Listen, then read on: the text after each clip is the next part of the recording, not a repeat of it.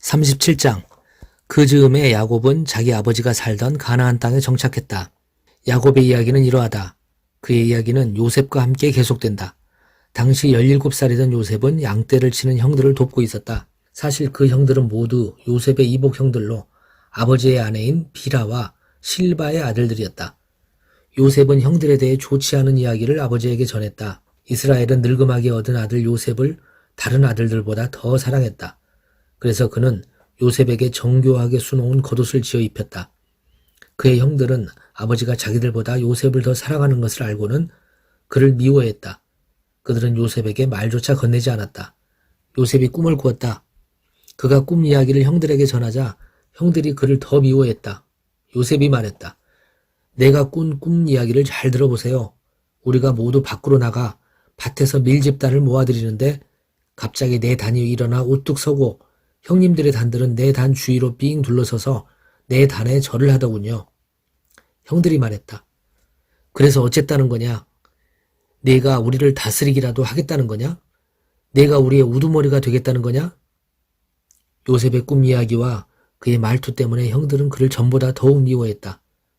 요셉이 또 다른 꿈을 꾸고 이번에도 형들에게 말했다. 내가 또 다른 꿈을 꾸었습니다. 해와 달과 11별이 내게 절을 하더군요. 그가 꿈 이야기를 아버지와 형들에게 전하자 그의 아버지가 그를 꾸짖으며 말했다. 그 꿈 이야기가 다 무엇이냐? 나와 내 어머니와 내 형들이 다 너에게 절하게 된다는 것이냐? 이제 형들은 드러내놓고 그를 시기했지만 그의 아버지는 그 모든 일을 마음에 새겨두었다. 그의 형들이 세겜으로 가서 아버지의 양떼에게 풀을 먹이고 있었다. 이스라엘이 요셉에게 말했다. 내 형들이 지금 양떼와 함께 세겜에 있다. 내가 내 형들에게 좀 다녀와야겠다. 요셉이 말했다. 그렇게 하겠습니다. 이스라엘이 그에게 말했다.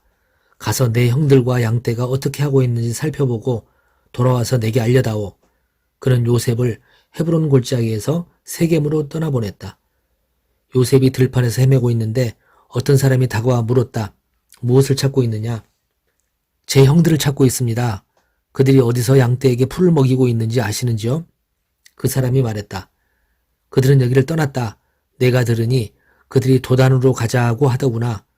그래서 요셉은 길을 떠나 형들의 뒤를 따라가다가 도단에서 그들을 찾아냈다. 형들은 멀리서 요셉을 알아보았다.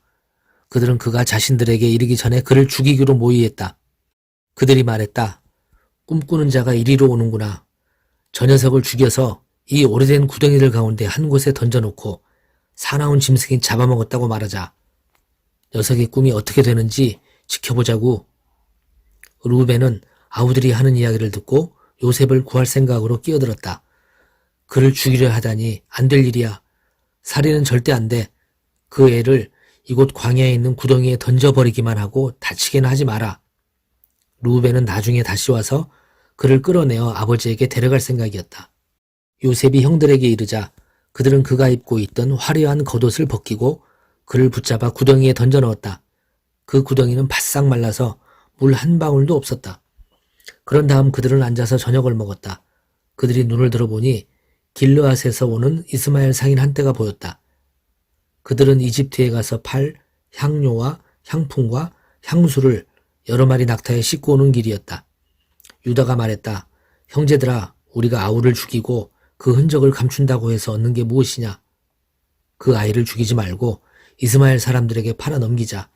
따지고 보면 그 아이도 우리의 형제, 우리의 혈육이다. 형제들이 그의 말에 동의했다. 그때 미디안 상인들이 지나가고 있었다.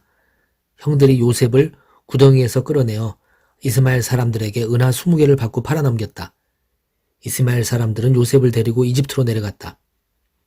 나중에 르우벤이 돌아와 구덩이로 가서 보니 요셉이 거기에 없었다. 그는 비통한 마음에 자기 옷을 찢었다. 그가 어찌할 바를 몰라 하며 형제들에게 가서 말했다. 아이가 사라지고 없다. 이제 어떻게 하나?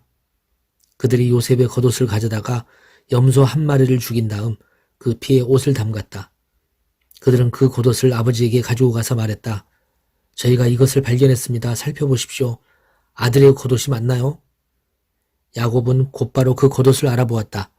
내 아들의 옷이다. 사나운 짐승이 그 아이를 잡아먹었구나. 요셉이 갈기갈기 찢겨 죽었구나. 야곱은 슬픔에 잠겨 자기 옷을 찢고서 거칠고 굵은 베옷을 입고 아들의 죽음을 오래도록 슬퍼했다. 자녀들이 위로하려고 했으나 그는 그들의 위로를 마다했다. 나는 내 아들의 죽음을 슬퍼하면서 무덤으로 가련다. 아버지는 요셉을 생각하며 하염없이 눈물을 흘렸다. 미디안 상인들이 이집트에서 요셉을 보디발에게 팔아넘겼다. 보디발은 바로의 신하로 바로의 왕실 일을 맡아보는 사람이었다. 38. 그 무렵 유다는 형제들로부터 떨어져 나와 히라라고 하는 아람둘 사람과 함께 지내고 있었다. 그곳에 있는 동안 유다는 가나안 사람 수아의 딸을 만났다. 유다가 그녀와 결혼하여 잠자리를 같이 하니 그녀가 임신하여 아들을 낳고 아이의 이름을 엘이라고 했다. 그녀가 다시 임신하여 아들을 낳고 아이의 이름을 오난이라고 했다. 그녀가 또다시 아들을 낳고 아이의 이름을 셀라라고 했다. 셀라를 낳았을 때 그들 부부는 거십에 살고 있었다. 유다가 맏아들 엘에게 아내를 얻어주었다. 그녀의 이름은 다말이었다. 그러나 유다의 맏아들 엘이 하나님께 심히 악한 죄를 지어 하나님께서 그의 목숨을 거두어 가셨다. 유다가 오난에게 말했다. 가서 남편을 잃은 내 형수와 잠자리를 같이 하도록 하여라. 내 형의 혈통이 끊어지지 않게 하는 것이 동생인 내가 해야 할 도리다. 하지만 오난은 아이를 낳아도 자기 아이가 되지 못할 것을 알고 형수와 잠자리를 같이 할 때마다 형의 아이를 낳지 않으려고 정액을 바닥에 쏟았다. 그가 한 짓은 하나님을 크게 거스리는 일이었다. 하나님께서 그의 목숨도 거두어 가셨다. 그러자 유다는 며느리 다말을 찾아가서 말했다. 내 아들 셀라가 다 자랄 때까지 내 아버지 집에서 과부로 지내고 있거라. 그는 셀라 맞아 형들처럼 죽게 될까 걱정했던 것이다. 그리하여 다말은 자기 아버지 집으로 가 살았다. 시간이 흘러 유다의 아내 곧 수아의 딸이 죽었다. 애도 기간이 끝나자 유다는 아람둘 사람인 친구 히라와 함께 양떼의 털을 깎으러 딥나로 갔다. 다말은 내 시아버지가 양떼의 털을 깎으러 담나로 갔다는 소식을 전해 들었다. 그녀는 과부의 옷을 벗고 너울로 얼굴을 가려 남이 알아보지 못하게 한 다음 딥나로 가는 길에 있는 에나임 입구에 앉아 있었다. 그녀는 셀라가 다 자랐는데도 유다가 자기를 그와 결혼시키려 하지 않는다는 것을 알고 있었다. 유다는 너울로 얼굴을 가리고 있는 그녀를 보고는 창녀라고 생각했다. 그는 길가에 있는 그녀에게 다가가 말했다. 오늘 밤 함께 보내자. 유다는 그녀가 자기 며느리인 줄을 전혀 알지 못했다. 그녀가 말했다. 그 값으로 내게 무엇을 주시겠습니까? 유다가 말했다. 내 가축대에서 새끼 염소 한 마리를 보내겠다. 그녀가 말했다. 그것을 보낼 때까지 내게 담보물을 맡기면 그렇게 하겠습니까? 담보물로 원하는 게 뭐냐? 그녀가 대답했다. 어르신이 갖고 있는 줄 달린 도장과 지팡이를 주십시오. 유다는 그것들을 다말에게 건네고 잠자리를 같이 했다. 그녀가 임신하게 되었다. 그녀는 그곳을 떠나 집으로 돌아가서 너울을 벗고 과부의 옷을 다시 입었다. 유다는 친구인 아람둘 사람 편에 새끼 염소를 보내며 그 여자에게서 담보물을 찾아오게 했다. 그러나 그 친구는 그녀를 찾지 못했다. 그래서 그곳 사람들에게 물었다. 이곳 에나임 근처 길가에 앉아있던 창녀는 어디로 갔습니까? 그들이 말했다. 여기에는 창녀가 없답니다. 그가 유다에게 돌아와 말했다. 그 여자를 찾을 수 없었네. 그곳 사람들이 거기에는 창녀가 없다고 하더군. 유다가 말했다. 담보물을 가질 테면 가지라지. 우리가 계속 찾아다니면 다들 우리를 보고 손가락질을 할 것이네. 나는 이 거래에서 내 도리를 다했네. 내가 새끼 염소를 보냈지만 자네가 그녀를 찾지 못한 것뿐이네. 3달쯤 지난 뒤에 유다의 귀에 한 소식이 들려왔네. 자네 며느리가 창녀짓을 하고 있네. 게다가 이제는 임신까지 했다는군. 유다가 고함을 질렀다. 그 애를 이곳으로 끌어내어 불태워버려라. 사람들이 다말을 끌어내려고 하자 그녀가 시아버지에게 전가를 보냈다. 저는 이 물건의 주인 때문에 임신하게 되었습니다. 이 물건을 확인해 보십시오. 이 줄 달린 도장과 지팡이가 누구의 것입니까? 유다는 그것이 자기 것임을 알아보고 말했다. 그 애가 옳고 내가 잘못했다. 내가 그 애를 내 아들 셀라와 결혼시키지 않았기 때문이다. 유다는 다시는 그녀와 잠자리를 같이 하지 않았다. 다말이 출산할 때가 되었는데 그녀의 태 속에 쌍둥이가 있었다. 아이를 낳을 때 하나의 손이 나왔다. 산파가 그 손에 붉은 실을 묶고 말했다. 이 아이가 먼저 나온 아이다. 그러나 바로 그때 그 아이의 손이 도로 들어가더니 그의 동생이 나왔다. 산파가 말했다. 동생이 밀치고 나왔구나. 그래서 아이의 이름을 베레스라고 했다. 곧이어 그 아이의 형이 손에 붉은 실을 갖고 나오니 아이의 이름을 세라라고 했다. 39장. 이스마엘 사람들이 요셉을 이집트로 끌고 가자 바로의 신하로 왕실을 도맡아 관리하고 있던 이집트 사람 보디발이 그들에게 요셉을 샀다. 하나님께서 요셉과 함께 하셨으므로 그가 하는 일이 다 잘 되었다. 그는 자기 주인이 이집트 사람의 집에서 지내게 되었다. 그의 주인은 하나님께서 요셉과 함께 하시면서 요셉이 하는 일마다 잘 되게 해주시는 것을 알았다. 그는 요셉이 몹시 마음에 들어 그에게 자신의 시중을 들게 했다. 그는 자신의 개인적인 일들을 요셉에게 맡기고 모든 재산을 관리하게 했다. 그때부터 하나님께서 요셉으로 인해 이집트 사람의 집에 복을 주셨다. 그의 집에 있는 것이든 밭에 있는 것이든 그가 소유한 모든 것에 하나님의 복이 두루 미쳤다. 보디발은 하루 세끼 먹는 일만 신경 쓰면 되었다. 요셉은 용모가 준수하고 잘생긴 남자였다. 시간이 흐르면서 주인의 아내가 요셉에게 반해 어느 날 이렇게 말했다. 나와 함께 침실로 가자. 요셉은 그렇게 하지 않았다.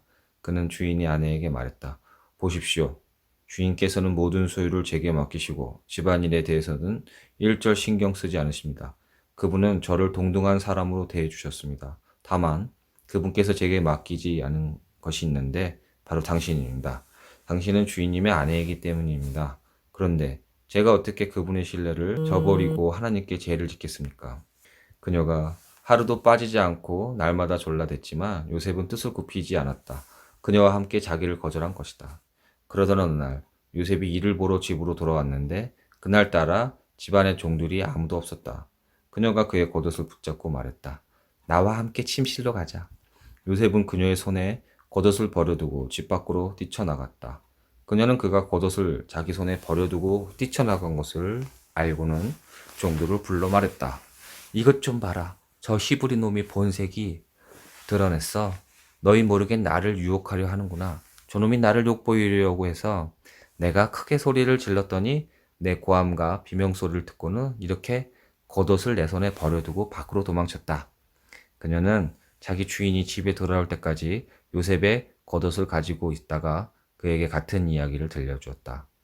당신이 데려온 히브리 놈이 내 뒤를 쫓아와서 나를 실용하려고 하지 뭐예요. 내가 소리치고 비명을 질렀더니 이렇게 자기 겉옷을 내 손에 버려두고 밖으로 도망쳤답니다.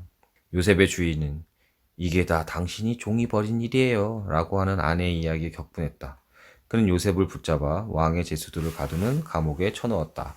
그러나 하나님께서는 그가 감옥에서도 여전히 요셉과 함께 하셨고 요셉에게 인자를 베푸셔서 간수장과 가까운 사이가 되게 하셨다.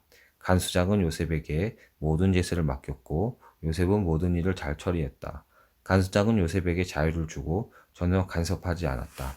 하나님께서 요셉과 함께 하시면서 그가 하는 일마다 최선을 결과를 낳게 해주셨기 때문이다.